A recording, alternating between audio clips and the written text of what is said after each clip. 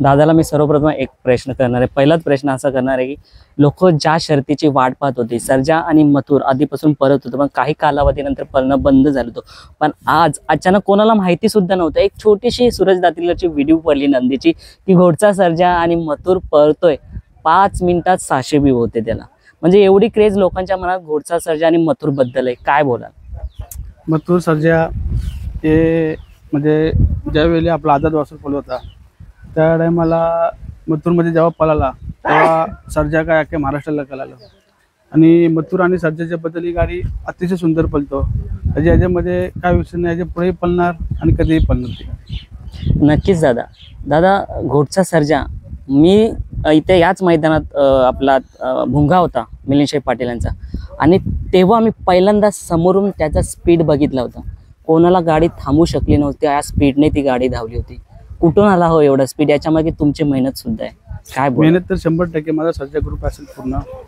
आणि भुंगा असेल, भुंगा पण पळणार म्हणजे सर्जा असेल. आता हे सर्जाला एवढा स्पीड आहे तर ते कुठेतरी मालकांचे नशीब आहेत. प्रयत्न तर सर्व करतात, असं कुठलाच मालक नाही की नंदीला खायला नाही करत. ते प्रत्येकाच्या नशिबाच्या गोष्टी.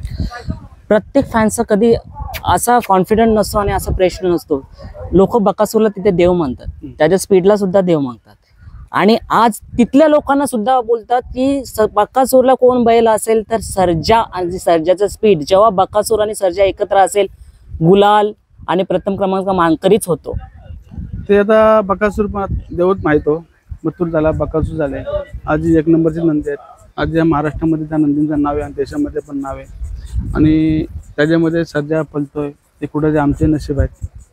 आणि ही गाडी पूर्ण फॅन्स प्रॉब्लेम माहिती आहे का, ही गाडी 100% पळणारी, कधीच मारण्यात म्हणजे पळतो गाडी, स्पीड आहे भरपूर. नक्कीच दादा काय बोलाल? आजची शर्यत बघितली तुम्ही, स्पीड बघितला कसा होता दोघांचा? आता मी तर सुट्टीच करतो, ती गाडी मला मध्ये 100% पळणार, त्याच्याबद्दल काय विषय नाही, पळणारच होते गाडी. आज अरुण ड्रायव्हर होते तुम्ही बोलल्याप्रमाणे, काय बोलाल आज? नाही, अरुण ड्रायव्हर काय अतिशय सुंदर ड्रायव्हर आहे तो, त्याला काही सांगायची गरज नाही लागली. तो काय जुना ड्रायव्हर, जाणता ड्रायव्हर आहे तो, त्याने हे घेऊन आला गाडी. मला बोलला तू सर्जा खूप पळाला, मगून गाडी चांगली पळाली. दादा शर्यत झाल्यानंतर तुम्ही राहुल दादांना भेटायला आले होते, दोघं पण एकमेकांना भेटले हार्दिक न्यूजला, काय सांगाल त्याबद्दल? त्याबद्दल असं आहे की भरपूर म्हणजे फॅन्स फोनला वाटत होते का काहीतरी विवाद, पण असं काहीच नाही. त्यासाठी दादांना स्वतः मी भेटायला गेलो आणि दादांना हात मिळवलं, दादांनी जवळ घेतलं, फोटो काढले आणि दाखवून दिलं की मालकांच्या मध्ये काहीच नाही म्हणून. दादा मालकांच्या मध्ये कधीच वाद नसतो, पण जे कमेंट करतात त्यांना काय सांगाल तुम्ही? आता काय कमेंट प्रत्येकाचं कसं असते, कमेंट करण्याने विचार करायला पाहिजे कमेंट काय करतो म्हणून. आता आपण काय बोलणार, प्रत्येकाला तर तोंड नाही देऊ शकत कमेंट काय करता म्हणून, पण काय बोलणं त्याच्यामध्ये. दादा आता 2 तारखेला मोठा मैदान पडतोय घाटावरती, कसं कधी कोणतं नियोजन, जायचं विचार आहे की नाही? बघू आता काय आपलं पूर्ण पोरांच्या मी बघू आता काय पूर्ण सर्जा ग्रुप काय बोलते तेव्हा डिसिजन घेऊ. दादा आताच राहुल दादाची मुलाखत घेऊन आलोय, आणि राहुल दादा मालकामध्ये काही असो, पण जेव्हा नंदीची गोष्ट येतो तेव्हा प्रत्येकाचा आवडतं जर नंदी असेल तर एक जीवाला एक प्रेम निर्माण होतो. मला आताच मेसेज दिला माझ्या चॅनेलमधून की त्याने स्वतः आज बघितलं सर्जा बैलाच्या पायाला दुखापत आहे, तर त्याने एक सल्ला दिला की जितकं जमेल तितकं 3 फेऱ्यामध्ये सध्या नको, त्याला आधी रिकवर होऊ द्या, मग त्याला मैदानात काढा. काय बोलायला प्रेमाबद्दल? नाही, सर्जावरती दादांचं प्रेम आहे, दादांचं पहिले धन्यवाद करतो. काय कुठेतरी माझ्या सर्जावरती प्रेम आहे, आणि जरी सर्जा नव्हता तेव्हापासून आमचं मथुरवरती प्रेम होतं, बकासूरवरती प्रेम होता. काही बैल बकासूर एवढा पळाचा, ज्या टायमाला मैबियानी आणि बकासूरनी थार जिंकली होती रुस्तम हिंद केसरीला, तेव्हा विचार करायचो का बकासूर आपल्याला कधी म्हणजे बघायला भेटेल. पण नशिबाने सर्जानी अतिशय म्हणजे भावाचं नातं जुळून दिलं, म्हणजे एवढं सर्जानी करून दाखवलं. दादा पुन्हा ही जोडी आता कधी बघायला बघेल? लवकरच पडेल.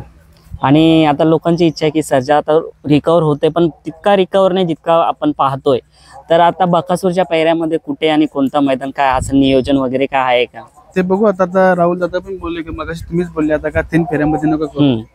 ते आम्हाला राहुल दादा बोलले आम्ही पण पहिले आम्ही विचार केला का 3 फेऱ्या बघून बैल मुंबईला आला, आणि डॉक्टर पण बोलले का बैल पळवण्याचे आपल्याला, आणि डॉक्टरच्या सल्ल्याने हा बैल पळवणार. दादा सुखद धक्का म्हणता येईल कसं काय दिला आम्हाला तुम्ही मथुर आणि सर्जा? अचानक काहीच नाही नियोजन, कसं काय ठरलं?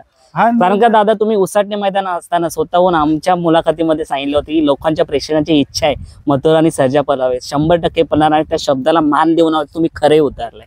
नाही नाही पण आता याचे मी मग सांगतो ना, शब्दाचा काही विषय नाही. तिन्ही नंदी झाले, सर्जा असेल, बकासूर असेल किंवा मथुर असेल, ही घरची बैल आहेत. ही कधी पळते ते तुम्ही पण विचार करू शकत नाही. कधीही पडणार नंदी, तिन्ही नंदी हे घरचे आहेत, याच्याबद्दल काही विषय नाही, कधीही पडणार नंदी. शुभेच्छा दादा तुम्हाला आजच्या क्षणी. आणि असाच सर्जा खरंच बऱ्याच दिवसातून आला, पण आज त्या सर्जाने शर्यतीचे गुलाल घेऊन नाव केलं. शुभेच्छा तुम्हाला. आणि सर्जा लवकरच बरा हो रे, ही आई एकविरा चरण प्रार्थना. नाही 100% आईचा आशीर्वाद आहे. भरपूर फॅन फॉलोअर्सच्या जो प्रेम आहे त्याला काहीच नाही होणार, तो लवकर. धन्यवाद.